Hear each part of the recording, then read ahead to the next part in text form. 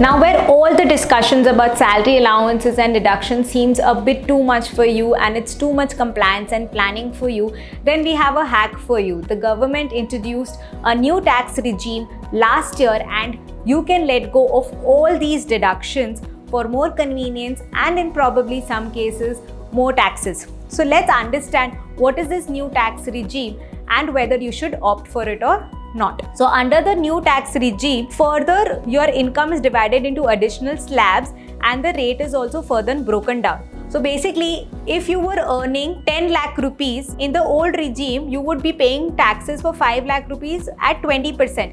Whereas in the new regime, if you see on the table, you would be paying much lower taxes of 10% and 15%. So only when you're comparing these numbers, you feel ki, oh, under new regime, I'm paying lesser taxes, then I should go with the new regime.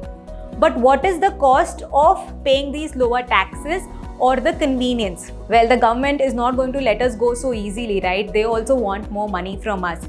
So under old regime, all these tax deductions that we discussed for your salary allowances or the ATC, ATD deductions were available, and hence Rocket Singh's taxable income reduced from 12 lakh rupees to 5 lakhs 24,000 rupees. Now under new regime, you can go for these easier tax slabs and lower tax slabs, but you have to let go of all these deductions. None of these deductions are available to you. That is, you take your salary income of 12 lakh rupees and compute your tax liability as per the new rates. So yes, it sounds simpler, but could be more expensive for you. So now obviously you must be wondering that whether you should go for the old regime or the new regime and when should you decide the same.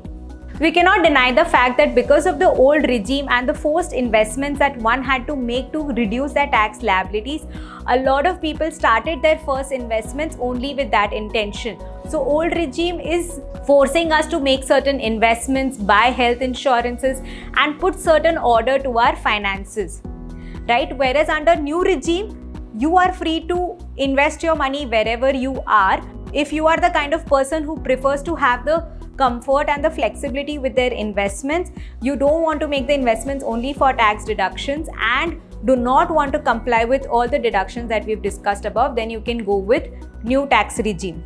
Where as per your salary structure and tax deductions, if your total tax deductions are more than 2.5 lakh rupees, then you go for old regime. Otherwise, you can choose to pay your taxes under new regime. Now let's understand how this old regime and new regime worked for Rocket Singh. So we know that the deductions that Rocket Singh has claimed as per his salary components and income tax deductions comes to 7 lakhs 20,000 rupees. So clearly, by going by a rule of deductions of more than 2.5 lakh rupees, Rocket Singh should go as per the old regime. But let's see what is the tax that he has to pay if he still decides to go as per the new regime. One most important thing to notice, if he goes as per new regime, none of these deductions would be available to him and his taxable income would be 12 lakh rupees, whereas in the old regime his taxable income was 5 lakhs 24,000 rupees. So we know by now that in the old regime he is paying taxes of 1,500 rupees per month. As per new regime, the taxes he would have to pay would be around 10,000 rupees per month. That is 1,20,000 rupees for the entire year. So if he was to consider only 12 lakh rupees for computing his taxes under old regime and new regime, then under old regime he would have to pay total taxes of 1,80,000 rupees for the year, and in the new regime he has to pay taxes of 1,20,000 rupees for the entire year.